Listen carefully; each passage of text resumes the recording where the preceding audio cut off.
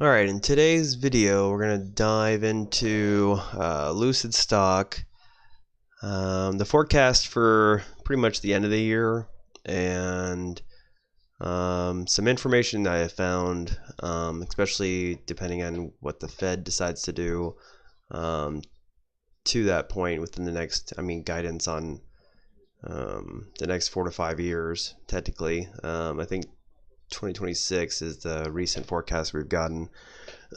um, let's go ahead and look here.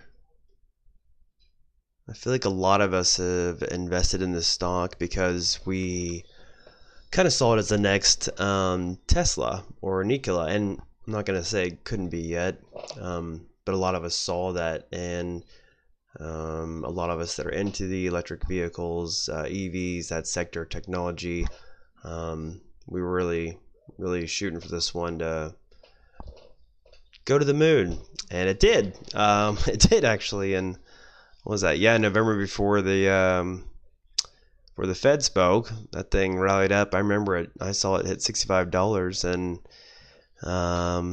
it was way above the price of what, the rule of thumb that if you're holding, which you should hold long term, but or at least I would say 6 weeks to watch things cycle. But yeah, that thing skyrocketed more than the average 20%. If you see a stock drop 20%, usually it's a good time to buy into it, because there could be some computers already ready to bounce in and throw their money.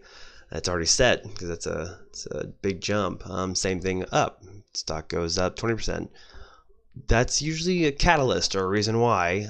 You could take profits. It's not technically stealing, but you take your profits, you put it back in once you watch all that settle. But a lot of us saw that stock.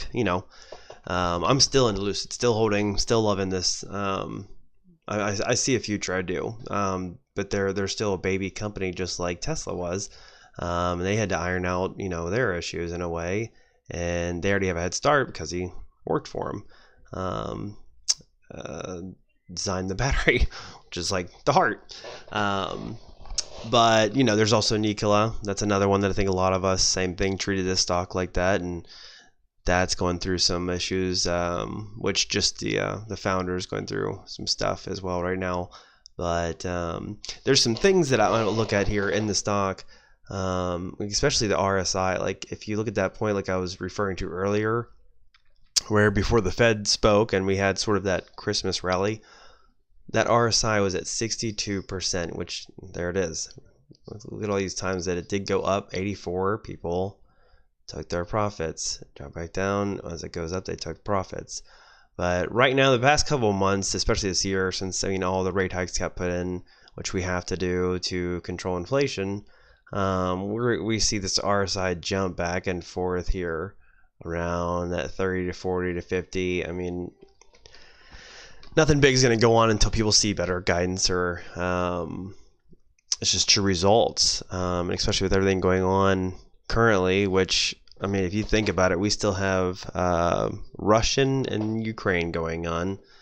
Let's see, the supply chains, manufacturers, yes, I've seen increase, but we're not back to or anywhere close to the levels we were before production. There is also, if you look to the recent CPI data, you will see that used cars actually, I believe, went down. I wish I could pull it up. It was like, whatever, a tenth, maybe 1%, if that. But still, there's always a start. And with used cars prices going down, it usually means it's shifting back into new. So there's got to be a change somewhere here. But you've got that. There's this still Trump raid. There's the investigations going on. This is brand new. You have this train. What's that called when it's when they're putting up work saying, going on strike, and that could hold back so much production, or just in general stuff they bring in to the U.S. for retail sales and sales in general.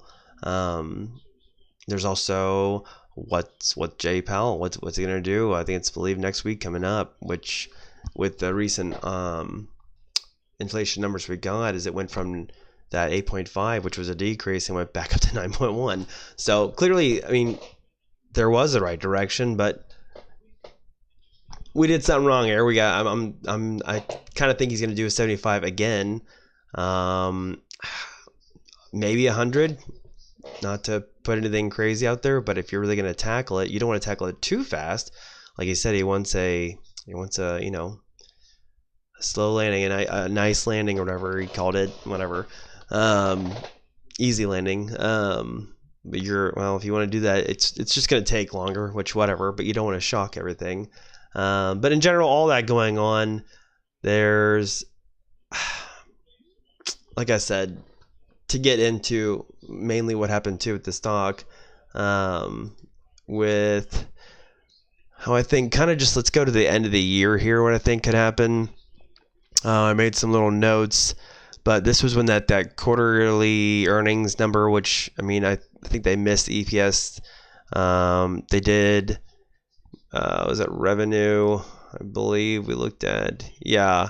So still, net income was still up, whatever, or a light along the lines, but there was still a miss on two of them. So obviously, and then they gave guidance here of, there's the forecast of 12,000 to 14,000 units, instead of the original 20,000 goal. I think that's what he provided. So that obviously threw them saying, well, you're not going to make as many cars, which is going to be less value, less revenue. And what gives you value is quality of your product and insurance and consistency. And I mean, that dropped this down by, if you're going to cut estimates that much. But I do think towards the end of the year, just kind of like last year, I don't think it was as big, but it did happen. This Christmas rally, as they call it, which has happened almost 19 out of the last 22 years. Just to keep it in my head, I think it's like 19 times in the last 22 years or so, unless, we're happening along with the market. You do get your rally to save on taxes, and that's a whole nother story. So with that, if it does do the rally, I think we'll get some of this back. I don't think we'll be back to, obviously, the numbers before that. That's going to be a while. That's going to be easily that 2024 to 2026 range, which I did get a recent update on where they think the estimated stock could be if the supply chains and productions and all this comes back. We get the stock market back down, or the inflation back down. It's forecast at least, which this sounds high, but if we see what happened just a year ago where it went, you take all the interruptions out, it's possible we could go back here. And I mean, they're looking at like a ballpark of 87 to 120 range. Now that's by 2024 or 2026. That's far out, but you got to think, not just to trade these stocks in and out and try to make quick change. You can do that, and it's your risk to how much you want to put in.